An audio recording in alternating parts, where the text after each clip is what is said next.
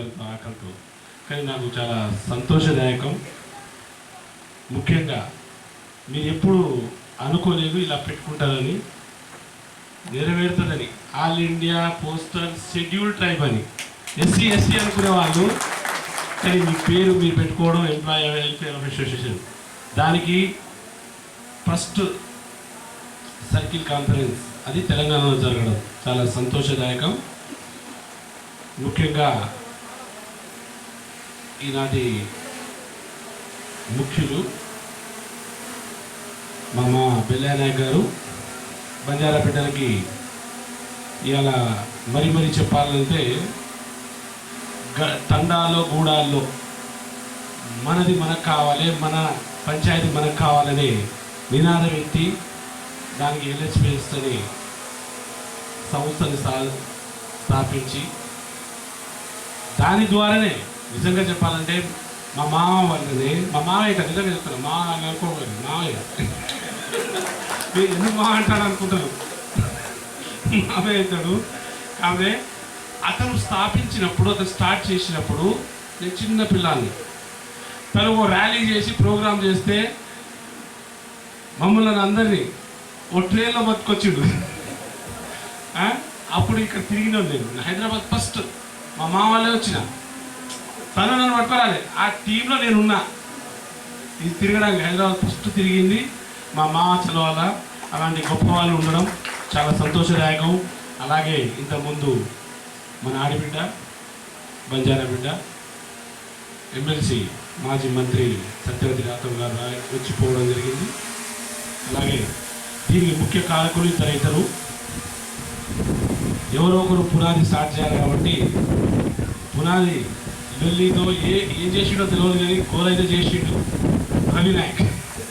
ఏదో ఒకటి postal department ఏదో గోలా స్టార్ట్ చేసింది అతనైనా. ప్రెసిడెంట్ గారు శ్రీనివాస్ గారు అవుతారు మొదటి వ్యక్తిగా. పాప దాని ముందు చెప్తుండే ఇన్నా కొంచెం మాటలు వింటే బాధపడ్డాలి. తను కొన్ని మాటలు చెప్పిండు తను. ఇప్పటికీ పార్షాలిటీ జరుగుతుంది, కర్ణాటకలో కూడా ఇలా ఇబ్బందులు జరుగుతున్నాయి, बहुत इश्यूज हो रहा है सर, समझ नहीं हो रहा अपने एसटी को कहाँ क्या करना, समझ भी नहीं हो रहा. ఎంత ఇబ్బంది అంటే वो लोग का एसटी का मीटिंग डालेंगे बोल तो एसटी लोग को डराया. కర్ణాటకలో సర్కిల్ ఒక ఎస్టీ కమిషన్ మెంబర్ వస్తున్నారు, నేషనల్ కమిషన్ మెంబర్ వస్తున్నారు అంటే కూడా ఈడ మీటింగ్ పెట్టొద్దని చెప్పేసి వీళ్ళు హుకుం జారీ చేస్తే వీళ్ళు భయపడి వీళ్ళకి ఇబ్బంది పడి వేరే దగ్గర మీటింగ్ పెట్టుకోవాల్సిన పరిస్థితి వచ్చింది. అయినా భయపెట్టినా భయపడకుండా కొంతమంది, అందరు రాలేదు నిజంగా చెప్పిన. ఇవాళ మీ హాల్ ఫుల్ ఉంది, ఆ రోజు హాల్ ఫుల్ కూడా లేదు. అయినా డే చేసి ఆ రోజు శ్రీనివాస్ గారు ఉండడం, తనెంబడి మన రవి గారు ఇక్కడ నుండి ఆంధ్ర నుండి చాలామంది తీసుకొచ్చాడు వారికి. అక్కడ ఉన్న వాళ్ళకు మోటివేషన్ కోసం, సపోర్ట్ కోసం అంతమందిని తీసుకొచ్చి అక్కడ మీటింగ్ సక్సెస్ చేసిండు రవి అండ్ మీరు ఇద్దరు. అలాగే మా మోహన్ అన్న, నేను ఎప్పుడు కలవలేదు మీకు, ఎక్కడో ఒంగోలు ఒకసారి కలిసినట్టున్నాం కదా. ఎరకల బిడ్డల కోసం కొట్లాడుతున్నారు గొప్ప నాయకులు. అలాగే నాకు రమణ గారు కూడా తెలియదు, నాకు కమిషన్ మెంబర్ వచ్చి నా బాధలో నేను కూడా కొనున్నా. మావాడు వచ్చి కమిషన్ ఇలా ఉంటుంది, నాకు కమిషన్ గురించే తెలియదు, నేను కమిషన్ గురించి ఏం మాట్లాడా. నిజంగా చెప్పాలి, నా కమిషన్ గురించి అట్లా ఏం ఐడియా లేదు.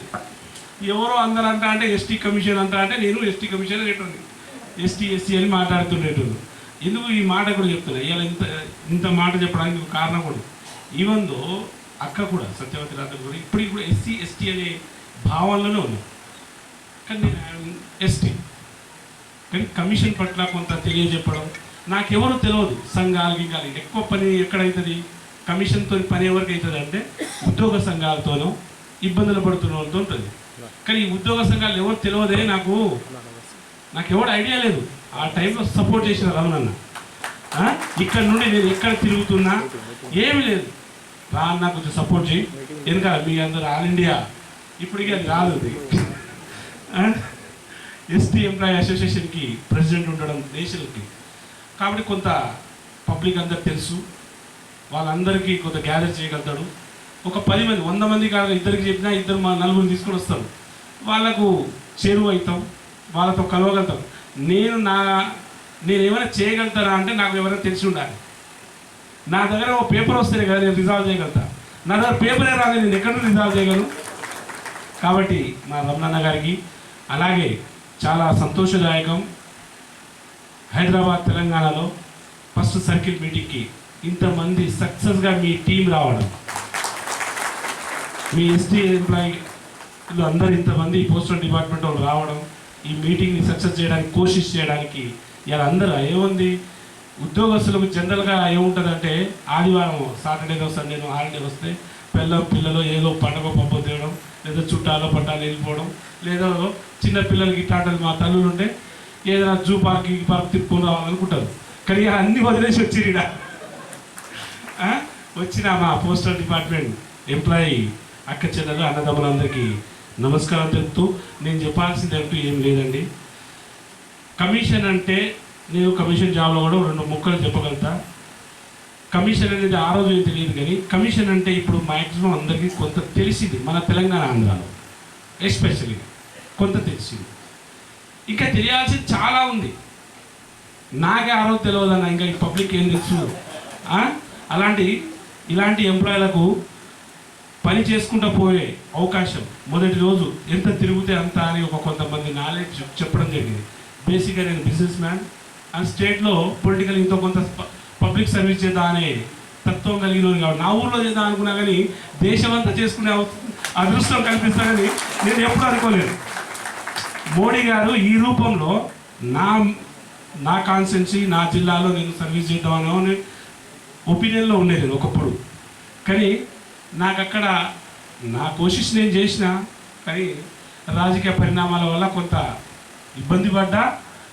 కానీ మోడీ గారు నాకు ఈ అవకాశం మీ అందరికి కలిసి ఇలాంటి స్టేజ్లో ఇక్కడ కూర్చొని భాగ్యం కల్పించిన మోడీ గారికి, సెలక్షన్ చేసిన మోడీ గారికి, ఎలక్ట్ చేసిన ముర్ము గారు, ఒక ఆదివాసి బిడ్డ ఈ దేశంలో రాష్ట్ర మొదటి పౌరురాలు. ఎప్పుడైనా ఊహించినావా? ఒక ఆదివాసి బిడ్డ రాష్ట్రపతిని అయితే ఊహించినావా? ఆ ఘనత మోడీ గారిని కాదా అంటాను. ఆనాడు ఒక దళిత బిడ్డని రాష్ట్రపతిని చేసిన ఘనత కూడా మోడీ గారే. అలాంటి అవకాశం నాకు కల్పించిన వాళ్ళకు మీ తరపున ధన్యవాదాలు తెలుపుకుంటున్నా అంటున్నాను. ధన్యవాదాలు తెలుపుకోవాల్సిన అవసరం ఉంది. కానీ కమిషన్లో చాలా పనులు అవుతున్నాయి, చాలా అయితే తర్వాత తెలిసింది. మీకు ఎంత ధైర్యం ఉందో అలాంటి అన్నిట్లో ధైర్యాలు పెంచుకుంటూ వస్తున్నారు. చాలామంది అనుకుంటేనండి, ఆనాడు కొంతమంది అంటుండే కమిషన్లో వస్తే ఏమవుతారంటే ముందు నామమాత్రానికి రోడ్డు మీద మాట్లాడతారంట, తర్వాత లోపల మేనేజ్మెంట్తో మాట్లాడుకొని వాళ్ళతో ఏం మాట్లాడతారు, ఏముండదు కొంచెం సోది పెట్టుకొని వాళ్ళేమో బొకే గిగ్గో ఇస్తే కప్పుకొని జమ్ అనే తత్వం ఉండేదంట అని అంటుంటారు. నాకు తెలియదు, నేను చూడలేదు. కానీ నేను పోయేది నా ఎస్టీ బిడ్డల కోసం. ఉదాహరణకు మా సూర్యం గారు చెప్పిన మాటే చెప్తాను. నేను పోయేది నా ఎస్టీ కమిషన్ లేదు. మా మామ ఒక మాట అన్నాడు, మనకు రోస్టర్ వేరుంది, మన పర్సంటేజ్ ఆఫ్ రిజర్వేషన్ వేరుంది, మనకున్న ఇష్యూస్ వేరుంది, దానికి చట్టభద్రత చేసి మనకు ఒక రాజ్యాంగంగా ఇచ్చిన మన కమిషన్ వేరైంది. ఈ అన్నీ అయినప్పుడు ఈ రెండు కలిసి ఉండాల్సిన అవసరం ఏంది, ఇద్దరితో మాట్లాడాల్సిన అవసరం ఏంది, నాకు మాట్లాడాల్సిన అవసరం ఏంది? మనకు రెండు కళ్ళే, ఎస్సీ ఎస్టీలు రెండు కళ్ళే. బట్ నాకు కావాల్సిన నాకు ఇచ్చిన జాబ్ నేను చేస్తాను. నాకు అనవసరమైన దాన్ని కలిగే చేసుకొని నేనెందుకు నా టైం వేస్ట్ చేసుకోవాలి? నా బిడ్డ, నా జాతి బిడ్డ కోసం 1 గంట ఎక్కువ కేటాయించినా పర్లేదు, ఆ గంట వాళ్ళ కోసం కేటాయిస్తుంది, వీళ్ళ కోసం కేటాయిస్తే ఆ టైం కూడా దీంట్లో పోతుంది కదా అనే తత్వం నాది. దానికి ఇంకోటి దాచుకొని మాట్లాడవలసిన అవసరం ఏముంది? ఏముందో ముక్కుసూటిగా ఏముందో చెప్పుకోవాలి. అరే నీ బాధ ఎంతో చెప్పు, ఏమున్న ఇష్యూస్ అది తెలుసుకోవాలి. దాని తర్వాత మేనేజ్మెంట్ని కూర్చోబెట్టాలి. ఏమైనా మా వాళ్ళకి ఇబ్బంది పెడుతున్నావు అని అడగాలి. అదే కదా కావాల్సింది. మా వాళ్ళకి ఏం ఇబ్బంది పెడుతున్నావు, ఎందుకు ఇబ్బంది పెడుతున్నావు, నువ్వు పెడుతున్నావు అని కాదు, నీ కింద ఏం జరుగుతుందో నువ్వు చూసుకోవట్లేదు. ఉదాహరణకు ఎస్బీఐ చైర్మన్ ఉన్నాడు. చైర్మన్ బాబు అతనికి ఏం తెలుస్తుంది? గ్రౌండ్ లెవెల్లో చేసుకో ఒక 10 స్టెప్లు ఉంటాయి. ఒక గ్రౌండ్ స్థాయి ఎంప్లాయీ నుండి టాప్ లెవెల్ వరకు 10 స్టెప్లు ఉంటాయి. ఆ 10 స్టెప్లో ఏ స్టెప్లో ఇబ్బంది పడుతుంది ఎవరికి తెలుసు? జనరల్గా ఎస్టీ ఎస్సీకి ఇబ్బంది కలగదనే ఆలోచన ఉండే ఒకప్పుడు. కానీ నిజంగా పార్షాలిటీ నడుస్తుందని ఆ కమిషన్లో పోయినప్పుడు అర్థమైంది. ఆ కమిషన్లో పోయినప్పుడు నేను పక్కా చెప్తున్నా 100% ఇంజస్టిస్ అవుతుంది. వాళ్ళకి న్యాయం జరగట్లేదు. ఎక్కడో ఒక్క దగ్గర కులం తేరుతూనో ఏదో రకంగా వీడు తక్కువ జాతోడనో ఏదో సకంగా వీరికి ఎవరు సపోర్ట్ లేడనో వెనకాల బ్యాక్ బోన్ సపోర్ట్ లేడు, వీడిని చెప్పినా అడిగేటోడు ఎవడు లేడనే ఆధారంగా వాళ్ళని ఇబ్బంది పెట్టడం అనేది జరుగుతుంది. అది వాస్తవం అంటున్నా, అది వాస్తవం. కానీ దీన్ని అడిగే వాళ్ళు ఎవరు లేరు. పోయి మాలాంటి ఎవరైనా ఉన్నారు, ఆ కమిషన్ ఒకటి ఉంది, కమిషన్ నుండి అడుగుదామనంటే మన వాళ్ళకి అది కూడా తెలియదు కమిషనర్. కానీ ఆ రోజు మనం మీ మామ ఇంకో మాట చెప్పిండు, మీకోసం మేము వచ్చినప్పుడు మీరు వెనకాల దానికి మా వెనకాల నుండి చెప్పడం కాదు, అసలు ముందొచ్చి చెప్పాలి. తను ఎంప్లాయర్, మీరు ఎంప్లాయర్, కాకపోతే సీనియర్ జూనియర్ పైన కింద ఏం ఫరక్ పడుతుంది? తనకు 4 లక్షల జీతం వస్తే మీకు 50,000 జీతం రావచ్చు. కానీ ఎందుకంటే గవర్నమెంట్ ఎంప్లాయర్, అందరూ పబ్లిక్ సర్వీస్ మెయిన్, అందరూ పబ్లిక్ సర్వీస్ చేసేటోళ్ళే, పబ్లిక్కి సేవ చేద్దామని వచ్చిన వాళ్ళే. మీకు మీ ఎంప్లాయీ జాబ్ ఇచ్చినప్పుడే మీరు పబ్లిక్కి సర్వీస్ చేస్తాను వచ్చిరు, కమాండ్ చేస్తాను రాలే. మీరందరూ కమాండ్ చేస్తాను రాలే. కాబట్టి వాళ్ళ దాంట్లో మా జాతి బిడ్డలకు ఇబ్బంది జరుగుతుంది కాబట్టి ఆ ఇబ్బంది ఏంది తెలుసుకోవడం, అక్కడికక్కడ సాల్వ్ చేసుకోవడం. మళ్ళీ వస్తానా, మళ్ళీ రాగలుగుతానా, మాటి మీ దగ్గర రాగలుగుతానా, మాటికి ఆ చైర్మన్ కూర్చోబెట్టగలుగుతానా? వచ్చినప్పుడే ఏం దులిపినా అప్పుడే దులిపిపోవాలి. కనీసం దులిపేటోడు ఉన్నాడు, ఇబ్బంది పెడితే ఆగం చేసేటోడు కూడా ఉన్నాడని తెలియాలిగా వాళ్ళకి. ఒక కమిషన్ ఉంది, ఒక ఇబ్బంది పెట్టేది ఉంది, ఏదైనా అడిగితే ఢిల్లీ వరకు పిలిపించుకుంటాడు. మీకు మాట్లాడినప్పుడు మన వాళ్ళకి ధైర్యం కలగాలి, వాళ్ళకు భయం కలగాలి. అదే నా పని. ఈ పని చేయడానికే నేను అన్ని పిఎస్యు నేను ఆల్మోస్ట్ చెప్తున్నా, మీ అందరికీ చెప్తున్నా, నేను ఎక్కడికి పోయినా ఒక్క రూమ్లో పోయితే మాట్లాడు. నా జాతి బిడ్డలతో ముందు మాట్లాడినా పోగానే నా జాతి బిడ్డలు ముందు వస్తున్నారు ఒక 4-5 రోజులు. ఇక్కడ రివ్యూ ఇప్పుడు సపోజ్ ఎఫ్సిఐ ఉంది ఎల్లుండి, నాకు ఆల్రెడీ 5-6 రోజుల క్రితమే వచ్చేసి అందరూ వచ్చిపోతారు. మా దగ్గర ఇది ఉంది, మా దగ్గర ఉంది అంటే కొంచెం మోటివేట్ చేసుకుంటూ పోతారు. కానీ ఇంకా రానోళ్ళు ఉన్నారు, వాళ్ళందరూ అక్కడ కలుస్తారు. ఫస్ట్ ఒక గంట అంటున్నా, గంట 2-3 గంటలు తీసుకుంటారు టైం.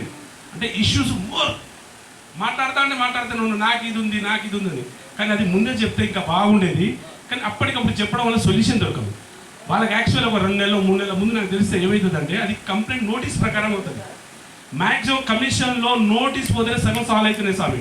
100 కంప్లైంట్లో 50 కంప్లైంట్లు నోటీస్ ద్వారా సాల్వ్ అవుతుంది. కానీ కమిషన్లో ఒక ప్రాబ్లం ఉంది.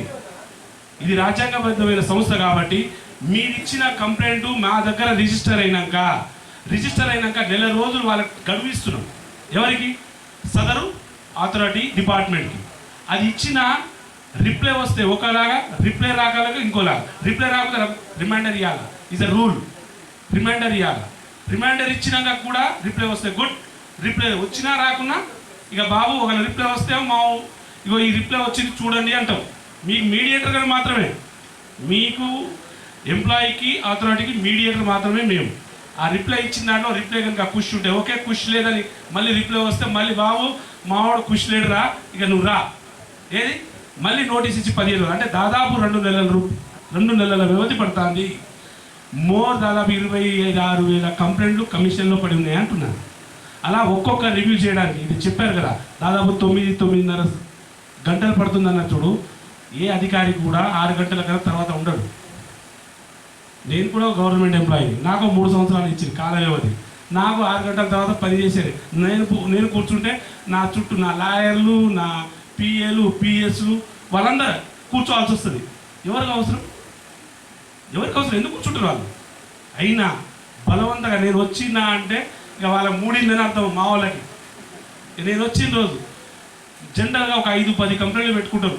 ఎవరైనా వస్తే టైం ఎక్కువ కేటాయించుకోరు, అర్ధగంట పెట్టుకుంటారు. నేను 25-30 కంప్లైంట్లు పెడతాను. 20-30 కంప్లైంట్లు పెడతా. దాంట్లో ఒక 10 మెంబర్లు ఎప్పుడు పోస్ట్పోన్ అడుగుతారు. అంటే 20 ఎగిరిపోయి ఆ 20ని కూడా ఒక్కొక్క నిమిషంలో క్లోజ్ చేయాలి కంప్లైంట్ని. ఒక్కొక్క కంప్లైంట్ 10 నిమిషాలు అవచ్చు, ఒక్కొక్కసారి గంట కూడా తీసుకుంటా. ఎందుకు? మళ్ళీ ఒకసారి పిటిషనర్ అయినా అథారిటీ వస్తాయి.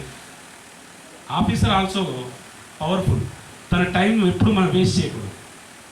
పెద్ద ఆఫీసర్కి తెలియకపోయి ఉండొచ్చు, కానీ ఆఫీసర్ టైం వేస్ట్ చేయడం చాలా నేరం. తనని 10 సార్లు మనం రప్పియద్దు. కావాలంటే 5 నిమిషాలు ఎక్కువ తీసుకున్నాం టైం, కానీ ఈసారి వచ్చినప్పుడే నువ్వు సొల్యూషన్ తీసుకున్నా నెక్స్ట్ టైం, లేదా ఇప్పుడే సొల్యూషన్ ఇచ్చిపో అంటే నేను అలా పిటిషనర్కి వీళ్ళకి చేయడం చేస్తున్నా. ఒక్కొక్కరికి ఒక్కొక్క హ్యాబిట్, ఒక్కొక్కరికి ఒక గోల్. నేను ఖచ్చితంగా 2-3 రోజులు, ఈ ప్రతి మనిషి 2 సార్లు 3 సార్లు తీసుకోవడం, 2 రోజులు తీసుకోవడం ఎక్కువ హియరింగ్. కానీ నెలకు నేను 6 రోజులు హియరింగ్ తీసుకున్నాను. 6 రోజులు. ఆ 6 రోజు హియరింగ్కి వాళ్ళు పిటిషన్కి మినిట్ జనరేట్ చేయడం, నోటీసులు జనరేట్ చేయడం, వాళ్ళు ఫార్వర్డ్ చేయడం అంటే అవతల అధికారులు ఇబ్బంది పాలవుతారు. ఎవరు? మా కమిషన్ వాళ్ళు బాగా ఇబ్బంది పాలవుతారు. వాళ్ళని ఇబ్బంది పెడుతున్నా, మ్యాన్ పవర్ పెంచమంటున్నా. కానీ ఎండ్ ఆఫ్ ద డే పైన పెంచాలిగా, బడ్జెట్ ఉండాలిగా. కమిషన్ దగ్గర బడ్జెట్ ఉంది కదా, ఉన్న బడ్జెట్ నడిపించాలి. మాకు డబ్బులు ఇచ్చే అవకాశం ఉంటే ఒక్కొక్కరికి 1 కోటి 10 కోట్లు ఇచ్చిపోయేటారు. మేము పక్కోటి జేబు ఖాళీ చేయడమే. ఎవరి రాజ్యం ఉన్న మినిస్టర్లు ఎక్కడెక్కడ. ఉదాహరణకు తెలంగాణలో మా ట్రైకార్ చైర్మన్ గారు ఉన్నారు. ఇప్పుడు ఏం చేస్తున్నావు చైర్మన్ గారు అని వీళ్ళ సెక్రటరీని వీళ్ళ పట్టుకొని కూర్చోబెడతా. ఉదాహరణ చైర్మన్ నేను డైరెక్టర్గా లేకున్నా వీళ్ళ సెక్రటరీ ఉంటారు కదా, గవర్నమెంట్ ఆఫీసర్. మా పవరు 2-3 ఇయర్స్ 4 ఇయర్స్, కానీ వాళ్ళ పవరు రిటైర్మెంట్ వరకు. అయ్యే ఆఫీసర్ మీరు కూడా అంతే. మీకున్న పవరు, మీ కళానికి ఉన్న బలం దేనికి లేదంటే నేను. కానీ మీరు రాంగ్ మిస్యూజ్ చేస్తున్నారు, మీరు దాన్ని కరెక్ట్ వాడుకోవట్లేదు. మీరు అధికారం రాగానే ఇంకోలా ఆలోచిస్తున్నారు. సర్వీస్ చూడాలని చెప్తున్నారు మామ. మన కమ్యూనిటీని కాపాడాలి, మన సర్వీస్ను చూడాలి. 10 మందికి ఫస్ట్ జనరేషన్ అంటున్నారు, చాలా వరకు first generation, second generation, third generation కావాలంటే మీరందరూ ఏకం అవ్వాల్సిన అవసరం. మన హక్కులు మనం కాపాడుతూ పబ్లిక్కి సర్వీస్ చేయడంలో ఎక్కడ కూడా 1 నిమిషం 1 గంట ఎక్కువ కేటాయించు, కానీ పబ్లిక్కి సర్వీస్ చేయాలని కోరుకుంటున్నాను. ఇదొక్కటే నేను ప్రధానంగా మీ దగ్గర నుండి కోరుకునేది. ఇక 3వ ఇష్యూ ఉంది మీ దగ్గర. మీరు 3 కోరికలు అడిగారు. మీ అసోసియేషన్కి రికగ్నైజ్ కావాలన్నారు. ఆల్రెడీ మేము చూపించేసినాం. శ్రీనివాస్ जी आप दोनों को बता दिया ऑलरेडी, हम आपका मिनिस्ट्री को डाल दिए. ఇది ఖచ్చితంగా కావాలి, చేయాలని మా చైర్మన్ గారే రూల్ పెట్టేసింది. మా చైర్మన్ గారితో చేయించేసిన. ఇలా ఈ దేశంలో ఉన్న రైల్వే మీ దాదాపు 6.5 లక్షల ఎంప్లాయీస్. దేశంలో పెద్ద సంస్థ అంటేనే పోస్టల్ డిపార్ట్మెంట్. ఈ దేశంలో అతిపెద్ద సంస్థే పోస్టల్, సెకండ్ రైల్వే డిపార్ట్మెంట్. కాబట్టి ఈ రెండింటికి చేస్తే అన్నీ అయిపోతాయి. ఈ రెండింటికి చేసేస్తా మిగతా అన్నీ అయిపోతాయి. తర్వాత బ్యాంకింగ్ సెక్టార్ ఆల్రెడీ అప్రూవల్ అయిపోయింది, వాళ్ళకి ఆల్రెడీ అయితేనే ఉంది. ఇక మావాడు అంటే ఇంకా ఎస్సీ అని చెప్పుకుంటాడు. నెక్స్ట్ సూర్య అట్లా కుదరదు స్వామి, నువ్వు కావాలంటే. అతన్ని ఎందుకు పిలుచుకోకున్నారు తెలుసా మీకు? మర్చిపోతారు మీరు. అతను ఢిల్లీ ముంబైకి ఎందుకు పిలిచి తెలుసా? అతను ఒక మాట అన్నాడు, నేను ఎస్టీలు తప్ప ఎవరితో మాట్లాడను చేయాలన్నా. నేను వస్తున్నా అంటే మా ఎస్టీ బిడ్డలతోనే మాట్లాడతా అని కూర్చున్నప్పుడు, అరే ఇది సంబంధించిన ఎవరు రా అని దేవులాడుకుంటా బాగా ఎత్తుకొచ్చింది. ఈ హుస్సేన్ నాయక్ కంట్రోల్ చేసేటోడు ఎవడా అని ఆ కీ దేవులాడుకొని అతను దేవులాడుకొచ్చుకున్నారు. కాబట్టి ఖచ్చితంగా మిత్రులారా, మీ పని మీకు కంప్లీట్ చేయడం నా మొదటి పని. ఖచ్చితంగా ఈ సంవత్సరంలో మీకు కంప్లీట్ చేసి మీకు రికగ్నైజ్ వచ్చేటట్టు చేసే బాధ్యత నాది. కమిషన్ జాబే అది, సర్వీస్ చేయడం, హుకుం జారీ చేయడమే, ఇంకేం లేదు. It's judicial power. రాకపోతే వాడికి నా గేట్ కాలు కూర్చోబెడతా బయట. నాది కాదు, ఎవరు డిపార్ట్మెంట్ది. నాది 3 సంవత్సరాలు నా ఓన్ పవర్. ఏదైనా సరే బాస్, నేను అంటున్నా చేసే సర్వీస్ చేయాలనే తత్వం కలిగితే ప్రైమ్ మినిస్టర్ అవసరం లేదు, ఒక కామన్ మ్యాన్ చాలంట. నేను చేసుకునే తత్వం ఉండాలంటున్నా.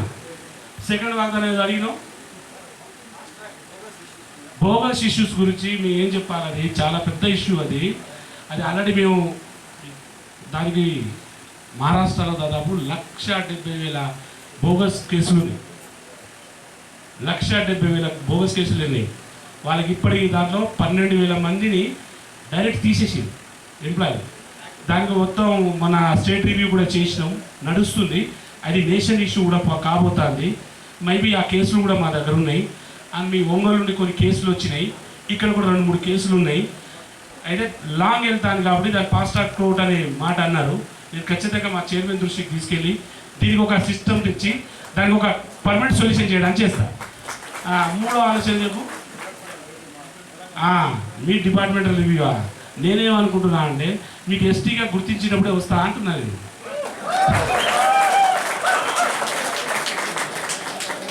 అంటే నేనేమనుకుంటున్నా, చాలా తిరుగుతూ వస్తున్నా, ఘనంగా మంచిగా మీకు ఒక ఎస్టీగా రికగ్నైజ్ చేసినప్పుడు వస్తా అనే ఆలోచన ఉంది.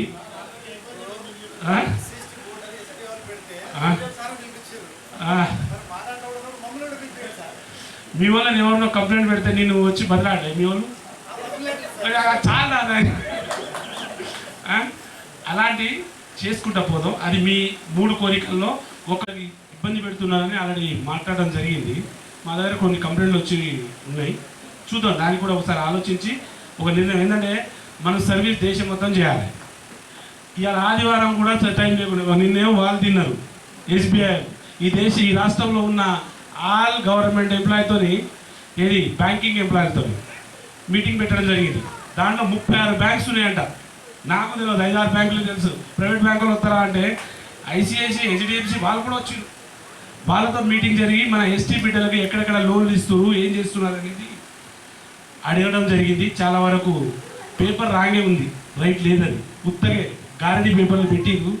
నేను ఒక్కొక్కరికి వస్తా అని చెప్పినాక తర్వాత మీ ఒక్కొక్క బ్యాంక్ వస్తా, చూస్తాం మీ పరిస్థితి ఏదో చూద్దాం. అందుకే వాళ్ళు కొత్త మాట ఏమంటున్నారు ఈ మధ్య, మైపాలో బాగా చేస్తాం సార్, మేము మైపాలో బాగా అంటే నాకు మైపాల్ అంటా అంటున్నారు. ప్రతిసారి మౌపాలని జోడిస్తారు ఈ మధ్య ఈ బ్యాంక్ వాళ్ళు. నేను నిజంగా నాకు తెలియదు, మైపాలో సార్ హైయెస్ట్గా ఇచ్చినాం సార్ అంటారు. నాకు తెలియదు, నా దగ్గర ఎక్కడ ఇచ్చినా నాకు తెలియట్లేదు, కానీ చెప్తారు అలా ఐక్యం గారిని చేస్తున్నారు. మిత్రులారా, దేశం మొత్తం తిరిగే 22 మినిస్ట్రీసు, 10 రాష్ట్రాలు, దేశం మొత్తం 22 మినిస్ట్రీలు. అన్ని మినిస్ట్రీలో అందరికి కూడా ఎస్టీ బిడ్డలకు ఇబ్బంది ఉంది, ఏదో కొరలో ఆపద ఉంది. నేను ఒకటి పోస్టల్ డిపార్ట్మెంట్కి 3 సార్లు ఇచ్చిన, ఎవరికి ఇవ్వలేదు ఇంతవరకు టైం. బికాజ్ ఓన్లీ మీకు సపోర్ట్ కోసం. మీరు వెనకబడి ఇబ్బంది పడుతున్నారు. ఒకనాడు 800 కిలోమీటర్లు ఉరికొచ్చిరా, ఏది వాన పడుతుంది, ఫుల్గా జోరు వాన. వీళ్ళు 10 మందే ఉన్నారు ఆడ. రాత్రి 9 గంటలకు 10 కాకపోతే ఎంతమంది ఉంటారు వీళ్ళు? అయినా లాస్ట్ కనిపించిపోయినా. మీరు మళ్ళీ ఇక్కడ నుండి ఢిల్లీ నుండి బెంగళూరు గుంజీరు, మళ్ళీ బెంగళూరు నుండి మళ్ళీ ఢిల్లీ వెళ్ళిపోయారు. అంటే అలా ఉరకడం జరిగింది. ఎందుకు? సపోర్ట్ కావాలి. 3వసారి వచ్చాడుగా మీకు మళ్ళీ ఏంటంటే సార్ ఇప్పుడిప్పుడే మేము చేస్తున్నాం, మళ్ళీ మమ్మల్ని ఎక్కడైనా తొక్కుతారు, ఇబ్బంది పెడతారు, మాకు కొంచెం మళ్ళీ రావాలి. అయినా ఇవాళ మళ్ళీ వచ్చినానా మీకు ఏంటంటే మ్యాక్సిమం మీలాంటి చాలామంది ఉన్నారు, చాలామంది ఇబ్బంది పడుతున్నారు. మనకు వీలైనంత వరకు ఎక్కువ మందికి సర్వీస్ చేయాలంటే మన జాతి బిడ్డలకు ఒకరికి ఊకే టైం ఇస్తే కూడా ఆగమవుతుంది. కాబట్టి అయినా మీరు పటిష్టంగా అయ్యే వరకు ఇంకో 2 సార్లు ఇవ్వమని ఇస్తాం, కానీ మీరు పటిష్టం కావాలి అంటున్నా. ఇక మీరు మా జాతి బిడ్డలు, నేను ఒక బాధపడ ఎస్పెషల్లీ అప్పుడు జాతి బిడ్డ సిగ్గులాగా సార్ బంజారా बेटा फर्स्ट वाते के भूल जाएगा आपने वाते आपने करेंगे సిగ్గుపడేలా ఒక్కసారి కొంత ఆలోచించు. అందులో ఎస్పెషల్లీ ఉద్యోగం చేస్తున్న వాళ్ళే గ్రామాల్లో తండాల్లో లంబాడి భాష మాట్లాడతారు, కూరలు పిల్లలు మాట్లాడరు, తల్లిదండ్రులు మాట్లాడతారు. కానీ కొంచెం ఉద్యోగం రాగానే హైదరాబాద్ వరంగల్ పడిపోగానే ఇంగ్లీష్ హిందీ మాట్లాడడం మొదలుపెట్టిరా. లేదంటే చిట్టి బాబు అని తెలుగులో మాట్లాడతారు, చిట్టి బాబు అని మాట్లాడతారు. ఇది చాలా బాధాకరం. ఫస్ట్ మన భాష మాట్లాడాలి. ఎందుకంటే ఈ కేసు కూడా వస్తుంది ఇప్పుడు, మీకు ఇది తెలియట్లేదు. మీరు కనుక బోగస్ ఎస్టీ అని తెలిసిన రోజు మీకు భాష వచ్చాని టెస్ట్ చేస్తారు ట్రైబల్ వెల్ఫేర్. మీరు ప్రధానమైనది మేము ముందు వాళ్ళని టెస్ట్ చేయమంటున్నాం, ఫస్ట్ వాళ్ళని టెస్ట్ చేయాలి అంటున్నా. మూలాల తర్వాత చూద్దాం. కానీ వీళ్ళ తాత ఎవడు, వీళ్ళు మనవాడు ఎవడు, నేను ఉన్నారుగా ముందు తరాన్ని అడగమని చెప్తున్నాం. అది అడుగుతున్నారు కాబట్టి ముందు భాష నేర్పిది మన బిడ్డలకు నేర్పియాలి. దాంతోపాటు మన వేషధారణ తగ్గిపోయింది. నేను రోజు వేసుకొని తిరగమని చెప్పాను, కానీ కనీసం ఒక ఫెస్టివల్ పండుగ పూటను మన ఫెస్టివల్ని మన జాతి బిడ్డగా పుట్టినందుకు ప్రతి ఇంట్లో ఆడిబిడ్డకు ఒక డ్రెస్ ఉంచుకోమని చెప్తాను. పరోక్షంగా మన ఆడిబిడ్డలకు, మన తల్లిదండ్రులకు, పెద్దవాళ్లకు అది జీవనోపాధి అవుతుంది. జీవనోపాధి మా బేటీ మా పుష్ లాగి బాయిన ప్యారీతో బేటీని కాలేనాయి చాలా సంతోషం లాగి యాడ్ అవుతాడు నానికి సారీ. కాబట్టి हमारे जाते याडी भाई बिया उधर मैं एक अपील कुछ का तो घरे माँ तार बेटी रखले एक ड्रेस भाई रखले एक ड्रेस घाल लो కన్నా ఈ ఫెస్టివల్ ఓ తీజ్ పండుగ కోనో